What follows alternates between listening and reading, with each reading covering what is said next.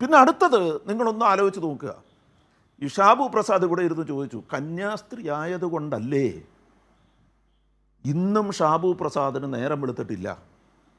ഷാബു പ്രസാദ് വേറെ അനവധി കാര്യങ്ങൾ പറഞ്ഞു. ആദിവാസിയായ മധു കൊല്ലപ്പെട്ടതിൻ്റെ കാര്യമൊക്കെ പറഞ്ഞു. പക്ഷേ ഷാബു പ്രസാദ്, ഇവിടുത്തെ പ്രശ്നം ഒരു കന്യാസ്ത്രീയായി എന്നത് മാത്രമല്ല. ഇവിടുത്തെ പ്രശ്നം ഭരണഘടന നിഷ്കർഷിക്കുന്ന മതേതരത്വത്തിന് കളങ്കമേൽക്കുന്നു എന്നുള്ളത് കൊണ്ടാണ്. ഭരണഘടന നിഷ്കർഷിക്കുന്ന സ്വാതന്ത്ര്യത്തിന് കളങ്കമേൽക്കുന്നു എന്നതുകൊണ്ടാണ്. അത്രമാത്രം കടന്നു ചിന്തിക്കാൻ ഒരുപക്ഷെ ഷാബു പ്രസാദിന് കഴിയില്ല. കാരണം എന്താണെന്നറിയാമോ? കാരണം വളരെ സിമ്പിളാണ്. BJPയുടെ ഒരു ഉന്നത നേതാവായ സുബ്രഹ്മണ്യം സ്വാമിയാണ് സെക്യുലറിസം എന്ന പദം എടുത്തു മാറ്റണമെന്ന് ആവശ്യപ്പെട്ടുകൊണ്ട് സുപ്രീം കോടതിയിൽ പോയത്. BJPയുടെ ഒരു ജനറൽ സെക്രട്ടറിയാണ് സെക്യുലറിസം എന്ന പദം എടുത്ത് കളയണമെന്ന് ആവശ്യപ്പെട്ടത്. BJPയുടെ ഒരു XMP രാജ്യസഭയിൽ പ്രമേയം അവതരിപ്പിച്ചതാണ് സെക്യുലറിസം എന്ന പദം എടുത്ത് കളയണമെന്ന്. ആ പദത്തെ സ്നേഹിക്കുന്ന ആളുകൾ അതിനെതിരായുണ്ടാകുന്ന എല്ലാ ആക്രമണങ്ങളെയും, അതിനെതിരായുണ്ടാകുന്ന എല്ലാ ശ്രമങ്ങളെയും എല്ലാ തരത്തിലും എതിർക്കുക തന്നെ ചെയ്യും ഷാബു. അത് താങ്കൾക്ക് മനസ്സിലാകാത്തത് കൊണ്ടാണ്. ഈ മധുവിനെ കൊന്ന ആൾക്കൂട്ടവും നിങ്ങളുടെ ബജ്രംഗ് ദൾ പ്രവർത്തകരും രണ്ടും രണ്ട് തരമാണ്. നിങ്ങളുടെ ബജ്രംഗ് ദൾ പ്രവർത്തകർ ചെയ്യുന്നത് രാജ്യദ്രോഹമാണ്. ഈ രാജ്യത്തിനെതിരായിട്ടാണ് പ്രവർത്തിക്കുന്നത്.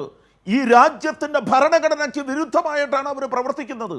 എന്തുകൊണ്ടാണ് അവരങ്ങനെ പ്രവർത്തിക്കുന്നതെന്നറിയാമോ? ഷാബു പ്രസാദ് ഒരു അല്പം കൂടി ശ്രദ്ധയോടുകൂടി ഈ വിഷയങ്ങളെ ഒന്ന് പഠിക്കണം. അങ്ങനെ പഠിക്കുമ്പോൾ കൃത്യമായി മനസ്സിലാകും എന്തുകൊണ്ടാണ്. അടിസ്ഥാനപരമായ പ്രശ്നം ജാതിയാണ് ഷാബു. ജാതിയാണ് പ്രശ്നം. എവിടെയാണ് പ്രശ്നമെന്നറിയാമോ? അതായത് ഈ കന്യാസ്ത്രീകളിൽ പലരും, മിഷണറിമാരിൽ പലരും ജോലി ചെയ്യുന്നത് അങ്ങ് ഔട്ട്സ്കേർട്സിലാണ്.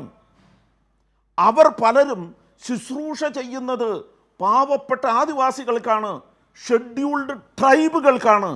ഷെഡ്യൂൾഡ് ട്രൈബുകൾക്ക് വിദ്യാഭ്യാസം ഉണ്ടാകുന്നു, ഷെഡ്യൂൾഡ് ട്രൈബുകൾക്ക് ശുശ്രൂഷ ലഭിക്കുന്നു, അവർക്ക് ആശുപത്രി സഹായം ലഭിക്കുന്നു, ആരോഗ്യ സംരക്ഷണം ലഭിക്കുന്നു. ഇതിവർക്ക് താങ്ങാനാവില്ല. അതവർക്ക് താങ്ങാനാവാത്തത് കൊണ്ട് അത്തരം ആളുകളെ തെരഞ്ഞുപിടിച്ച്, ഷെഡ്യൂൾഡ് ട്രൈബ്സിനെ തെരഞ്ഞുപിടിച്ച് ആക്രമിക്കുന്നു. നോക്കൂ, നിങ്ങൾ ആലോചിച്ച് നോക്കണം. ഛത്തീസ്ഗഡിലെ മുഖ്യമന്ത്രി ഒരു ബില്ല് കൊണ്ടുവരാൻ ശ്രമിച്ചത് എന്താണെന്നറിയാമോ? ഷെഡ്യൂൾഡ് ട്രൈബിൽപ്പെട്ട ഒരാൾ അവരേതെങ്കിലും തരത്തിൽ അവരുടെ സ്വന്തം ഇഷ്ടപ്രകാരമാണെങ്കിലും മറ്റൊരു മതത്തിലേക്ക് മാറിയാൽ അവരെ ഷെഡ്യൂൾഡ് ട്രൈബ് എന്ന കാറ്റഗറിയിൽ നിന്ന് ഒഴിവാക്കണമെന്ന് പരിശ്രമിച്ചു. അത് ഇന്ത്യൻ ഭരണഘടനയ്ക്ക് വിരുദ്ധമാണ്. ഷെഡ്യൂൾഡ് കാസ്റ്റിൽപ്പെട്ട ഒരാൾക്ക് മതം മാറിയാൽ ഷെഡ്യൂൾഡ് കാസ്റ്റിൽ നിന്ന് അയാൾ മാറും. പക്ഷേ ഷെഡ്യൂൾഡ് ട്രൈബിന് അങ്ങനെ ഇല്ല. അതിനെക്കുറിച്ച് വ്യക്തമായ ബോധ്യമുള്ള ആ സംസ്ഥാനത്തെ മുഖ്യമന്ത്രി വളരെ വ്യക്തമായിട്ട് ഇങ്ങനെ ഒരു നിയമം കൊണ്ടുവരാൻ നോക്കി. ആ സംസ്ഥാനത്തെ മുഖ്യമന്ത്രി ചെയ്തത് എന്താണ്? ആ സംസ്ഥാനത്തെ മുഖ്യമന്ത്രി ഈ